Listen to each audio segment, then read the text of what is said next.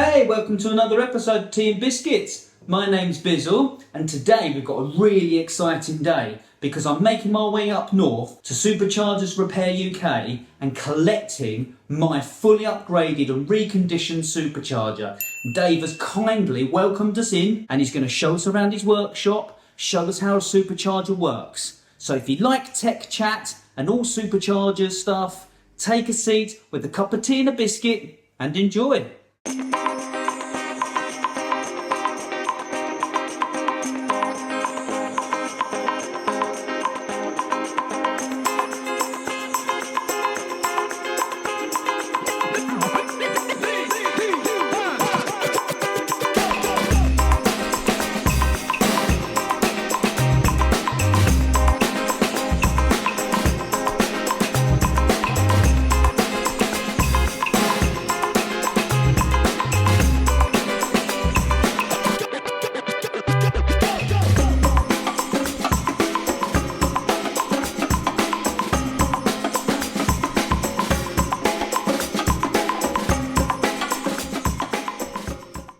Welcome to Tea and Bizz-Kits. My name's Bizzle and today we've taken a visit to Dave at UK Supercharger Repairs. Dave, do you want to kick off with just telling us a little bit about you and your company, where you've come from and things like that? Okay, so hi.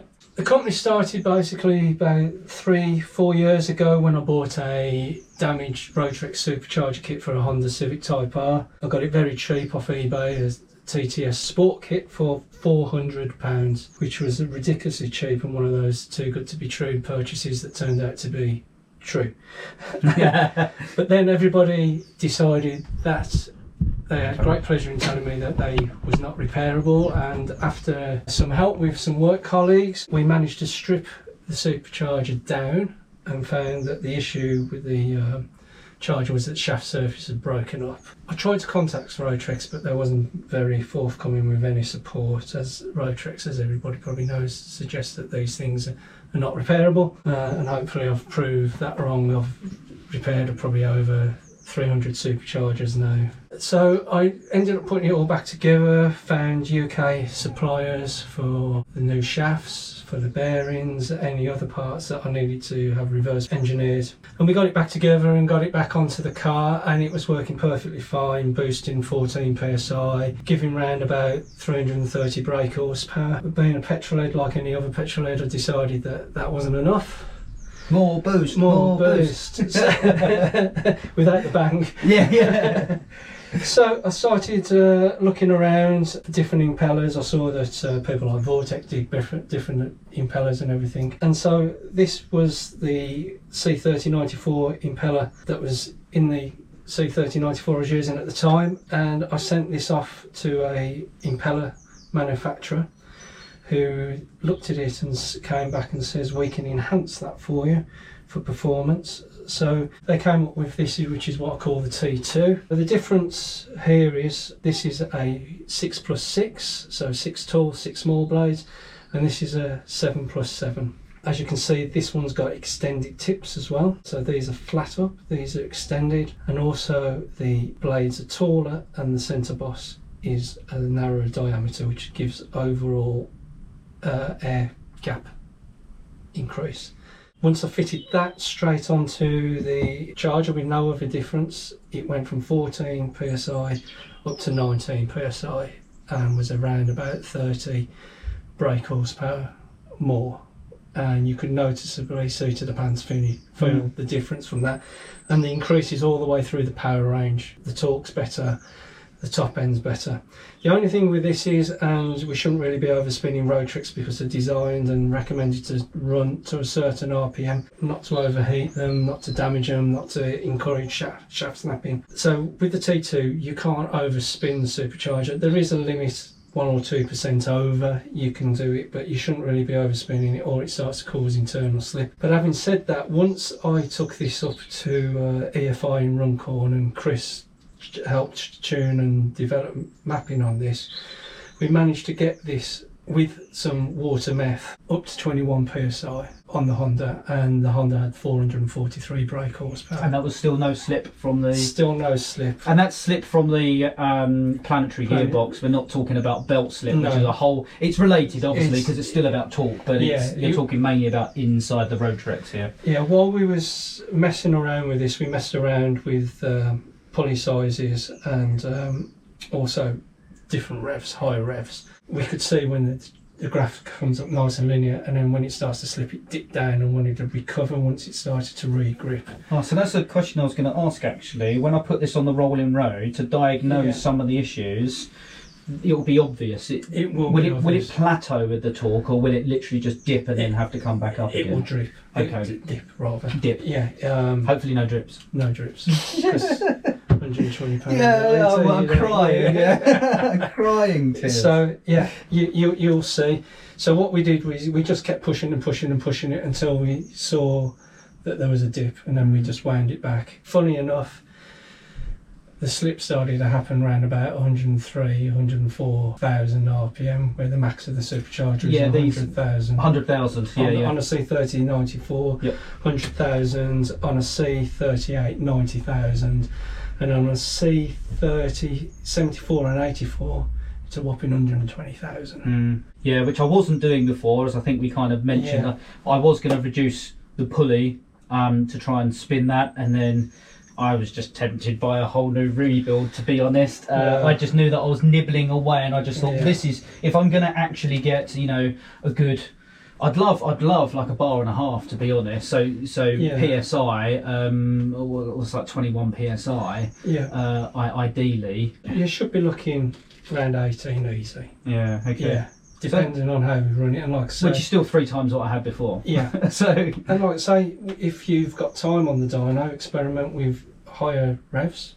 If you can't go that high, then just fit a smaller pulley to the supercharger and get that to spin up. I think I calculated this to be about 7,000 RPM. Yeah. For the engine. Yeah. Maxing out on here. Yeah. And that's good for me because I do have a torque run and power run, and I know that 7's about right, something like 6.8. So I'll set it to 7,000, whatever 100,000 is on this. Yeah. And I know that I'm going to be peak power-ish by then anyway. Well, we've done your calculation, as you said, based on the information you gave me as far as crank pulley size and engine revs. Basically, how you do your calculation is you take your crank pulley size, and in your engine revs, you multiply those two together, and then you multiply that by the internal ratio of a C3094, which is 9.49, and then you divide that total by the size of the pulley, which will give you the output shaft speed. We've calculated it around 99 to be on the safe side. About 7,000 or something. Yeah, which sounds about right. I am aware that putting that much more power into my car is going to push the problems down. I'm comfortable with the engine because low comp pistons. I don't think the engine's going to go pop, but we've got gearboxes, we've got drive shafts, we've got rear differentials, clutches, things like that will then start to play in, and I don't really want to be doing too much with them, so I don't want to be greedy. And also it's always nice to go, I'll drop the pulley another size and I'll get immediately more power, so it's something nice to have if I really wanted it, but I think I've spec'd this pretty much up to on the button. You're running on the safe side, and the other thing with the T2, it was designed because a lot of people like to overspin the superchargers, and then by overspinning them, you're going to get a nice amount of more boost, but it creates the problems we've discussed, internal slipping, overheating, possibility. This was designed to give you that extra boost from overspinning it without the need to overspinning it. So you're keeping all the properties and all the parameters of the supercharger within its safe tolerance.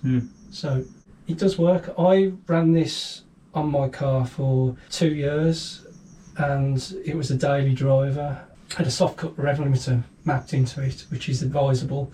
It's basically retards the timing a little bit towards the end of the top end of the rev range, so the actual return bashing of the shaft isn't as aggressive. My car saw the rev limiter daily. With a big smile on your face. With a big smile on my face, all within the legal limits of the UK highways. Of course. And it was great fun, and it was given a good bashing as testing, and I never had any issues with it. Yeah, nice. And how many T2s installs have you done? Over 100 now. Yeah, and so this is now pretty much proven, right? Generally, you know, in terms of design, it's proven. In terms of increase of boost, is proven. So yeah, not nice. To the point that was it end of last year or beginning of this year? Rotrex have now kind of taken on a similar, right? Similar thing. They seem to have tweaked it and upgraded it. So you're doing the right things, and Dave's doing a lot of good work with other little developments which he's shown me, and we're not going to necessarily disclose today, but there's more coming from here. And I can't fault Rotrex as a piece of supercharger kit. It's designed to do a job, provided you stay within the parameters of the jobs that Rotrex specify. It really is a good bit of kit. It's nice, linear, drivable power, almost like normally aspirated. The higher you rev it, the more the boost comes in. It's, you know, for road cars it's the perfect thing. For track cars, if you're holding it on the boost, then all the boost is up the top end. So yeah, it's a brilliant, well designed piece of kit. I'm just trying to make it better. Yeah, no harm in that, no harm in that. Okay, so what did I give you? Because I gave you... Yep, well if you get your supercharger, which is now C3094 upgraded to... Sorry, it's now C3094 upgraded to the T2. When you sent it me, it was a C3074, which is a lot smaller, with a lot smaller impeller.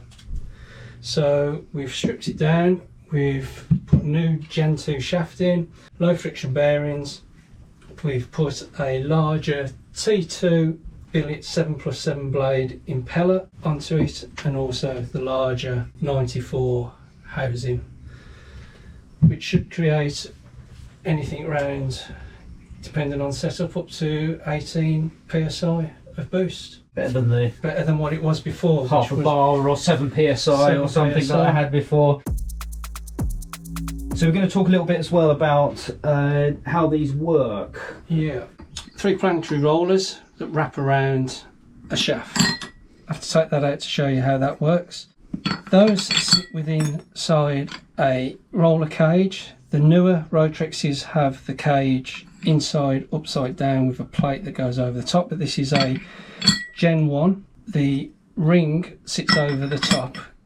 That will all get clamped together, and then the drive, which comes from your pulley through a drive bar, turns that, which turns the rollers, which turns the shaft, which then drives the power through the impeller. Main reasons that these break is people overspin them and it breaks here, but this is a Gen 1. The Gen 2s now are direct 10.5mm all the way out, which gives it a stronger shaft, less breakage. You do a Cericoat, right? So let's just grab this. Do you want to have a little talk? So this is a special coating which Dave has applied to my supercharger to make it look pretty. So teamed up with a guy called Ryan at RP Coatings, who offers a Cericoat ceramic coating for them. It can be a cosmetic thing. I'm just saying to Wayne that I'm doing a bubblegum purple, metallic purple Vortex at the moment for a customer, and it comes in different colours, but it is a ceramic coating, so it will reflect some heat away from the supercharger, which can only help. It is a ceramic coating, so it's quite tough as well, and it does look good. I mean, this one's the satin black, and I think it looks really good. Rotrex did do a black edition supercharger range a few years back, which sold really well and very popular, and this is starting to sell quite well now. The other thing I can do as well, before a cheeky plug, is I can offer bead blasting now of the housings. So as you can see with some of these, when they, even though they've been through the cleaner, with it being aluminium, it gets oxidisation on it and it does go darker. So with the bead blasting now, I can clean it up. Yeah, this one's been through the bead blaster. It doesn't damage anything. It just takes the oxidisation off it and it brings it up looking like new. It's lovely, that, isn't it? So yeah, that's a bit dirty now. It's like brand new. So yeah, that's a good thing as well. More so for the guys who are probably top mount. You know, where they want the cosmetics of the engine bay. Yeah, and a bit more showy and telly. Yeah. I'm not so showy and telly. But the Cericoat does offer a purpose. And you know, being in the racing game and everything, marginal gains, people shun them away, say it's a small advantage. In terms of the heat inside, all of the heat management for the supercharger is done through the oil. The gearbox is the hottest part, and that's cooled through the radiator, and therefore you're not losing, there aren't fins, there isn't a huge amount of heat being radiated off of the casing. So the casing itself is doing nothing from an uncoated version. A standard version, it doesn't do anything for the cooling really. It's all done through the oil. So you're not preventing any more cooling from happening, but the Cericoat itself also is going to reflect and prevent any heat radiantly coming in, because you're in a hot engine bay. So if you have this tucked underneath, I don't know, the exhaust or something, I think mine's on the cold side, so it's not so bad. But if this is near a hot component under the engine bay, you're less likely to get heat soak with the ceramic, with the Cericoat finish on there. So really, I think it's a win-win with the, you know, whether it be aesthetics, but also maybe from a bit of temperature management as well, something else to consider. And I always think about kit cars because that's kind of what I'm into, but there are some very tight engine bays that have a lot of heat management issues. So yeah, we can't forget them. For me, I think I have quite a lot of air flowing through my engine bay, and quite a bit of space, but that's not the case for everyone. No, it's not. Your Civics and stuff are quite tight. Anything front wheel drive is, you know, potentially got the exhaust at the front, which is going to be, you know, the first point of high heat. So yeah, I can imagine that being an issue. Yeah, and a lot of these are like you suggested, are put behind the radiators as well. So that hot water and everything is heating, the air is coming through hotter than what it was going into the front of the car. So anything we can do to keep that as cool as possible will improve the traction of it, which will improve the performance of it, and like we discussed, the AFR can be better as well. We're going to cover a little bit about the oil. Unicorn piss, you called it? Yeah, unicorn piss. Smurf blood. Over £100 a litre. A lot of people question me weekly, is there an alternative? And I have looked into it, and unfortunately I'm going to have to say no, I can't find an alternative. I've looked at the manufacturer who actually makes this, and to buy it direct from them as well is no cheaper than buying it in a litre bottle from any supplier. It's traction fluid, it's not oil. A lot of people try to use automatic transmission fluid, which is a similar product, but it doesn't have the same properties that have been produced for this to create the internal grip on the planetary rollers. And you've seen superchargers come in that you think have used transmission fluid and probably have failed due to it. So yeah, we really can't be going too far away from this SX150 stuff. No, so this is bright blue. You can tell when you open it up. I mean, even with a supercharger that's not been serviced very well, the oil is a dark blue. When you open up a supercharger that has been run on automatic transmission fluid, it's more of green, and there's a sort of smell to this as well that you can recognise. So through experience now I can tell whether it's been run on the right oil or not, and it just causes overheating. It causes internal slip as well because the friction properties are not there. So I'm sure Rotrex will recommend oil change services. Do you know what the range is? So they say every 2 years or every 50,000 kilometres. Okay. Which is, you know, not too bad. Let's put a comparison together. I can sell that for £125, which you need to change every 2 years. So we're looking at what, 60 quid, £62.50. Or you can buy one of those for over £2,000 when it breaks because you haven't used that. And also, this is 100 odd quid every 2 years. 100 odd quid every 2 When years. I service the Striker, that uses Fuchs Pro R, 55, 60 quid. And I need to do that every year. So it's just another part of that kind of servicing, unfortunately. Filters as well, because they've got an inline filter, haven't they? So is that every 2 years as well? Yeah, change it when the oil's due to be changed, or unless you have any sort of catastrophic failure with it. So this is the new filters that Rotrex. Yeah, that's different to the one I've seen. Yeah, so Rotrex have developed their own filter now, nicely labelled up for them. It's a magnetic filter, so it does take any particles, any metal particles out of the oil lines before it goes into the supercharger. One question I had was the operating temperature of the oil. I was just about to say. There we go. So Rotrex specify that the inlet temperature, oil temperature, should not be any higher than 80 degrees. 80 degrees, okay. Yeah. On my Civic, I ran a oil temperature gauge, giving it hard abuse, sitting in traffic with it. It never got any higher than 70 degrees. Okay. And that was with a 13-row Mocha oil cooler. So you didn't use the Rotrex oil cooler, you used another well, one? No, that's what comes with the kits. They're the ones that come with the kits, yeah. I haven't looked into it too much, it was just fitted. Rotrex sell the canister, and a lot of people just supply oil coolers. It doesn't have to be. Minimum of a 10-row, probably 12-inch oil cooler should do the job. The only time it's probably going to start going up is if you're using track use and you're using the high revs all the time. Well, which I would normally be doing. I don't do any road, it's all track. So probably if you're going to use it for a lot of track, get a larger oil cooler, 13-row probably minimum. But you're going to be pushing it really hard, and I don't think you're going to push the car that long, that hard to be able to get yourself into 20-minute sessions, and really you're sitting, $4.5 grand upwards, I would have thought. Yeah. But you're not sitting at the rev limit all the time, so it's not fast spinning. Yeah, and if your oil cooler's in the right position as well, you're going to be moving quicker.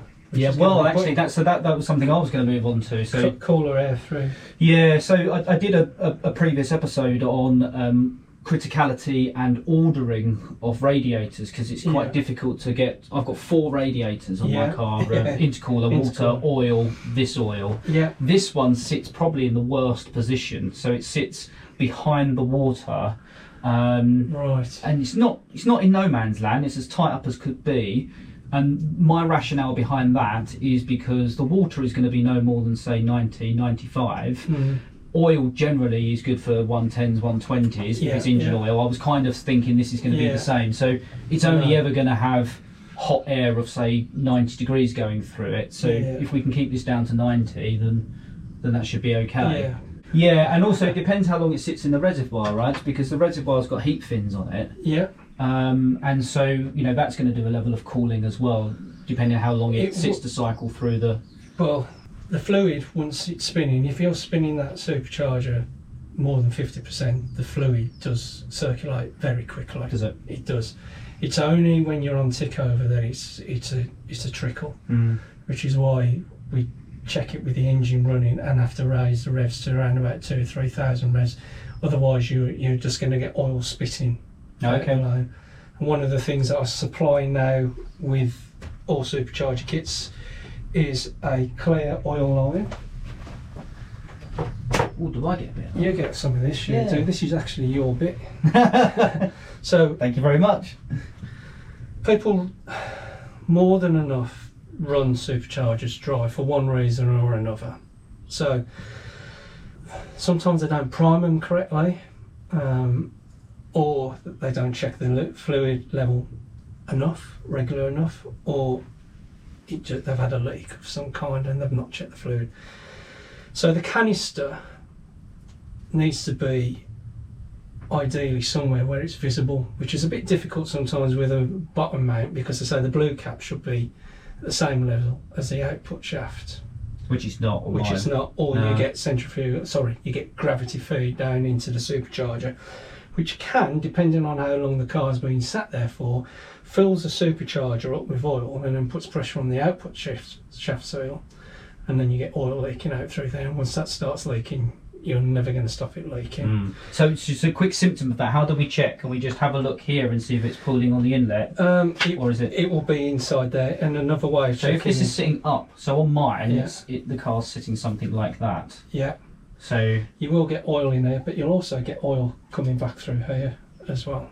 So your intake pipe, you'll see. Yeah, that's where I was thinking of looking. You will get oil there as well. Okay, yeah. All right, keep an eye on that. So what I've decided to do as part of including in the service is I send out a pipe, a metre line clear pipe, which I suggest that people fit to the oil cooler out feed and fit it to the top of the canister. Yep.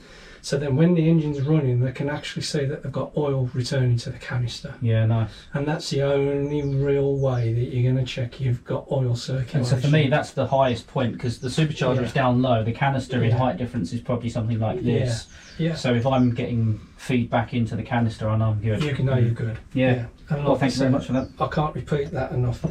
Always check the fluid level with the engine running, or else it will drain back out of the charger, giving you a false reading. UK Supercharger Repairs, I think I've got, and Dave has definitely got his finger on the pulse with the Rotrex.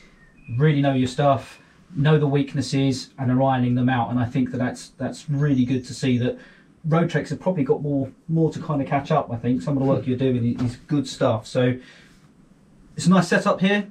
I really like being here. Dave definitely knows his stuff, so this is the place to send your Rotrex. Okay, so I'm on my way back down south after spending the afternoon with UK Supercharger Repairs, where Dave is very informative. Took a lot of time to explain to me what he does, what he's been up to, the different variations of the superchargers. Collected my supercharger, it's in the boot of the car, and some oil, some other little bits and bobs, but I think that's it for now. So, I've been Bizzle, this is Tea and Biscuits. Please check out my other episodes if you haven't already, and I'm sure you'll be watching me again soon.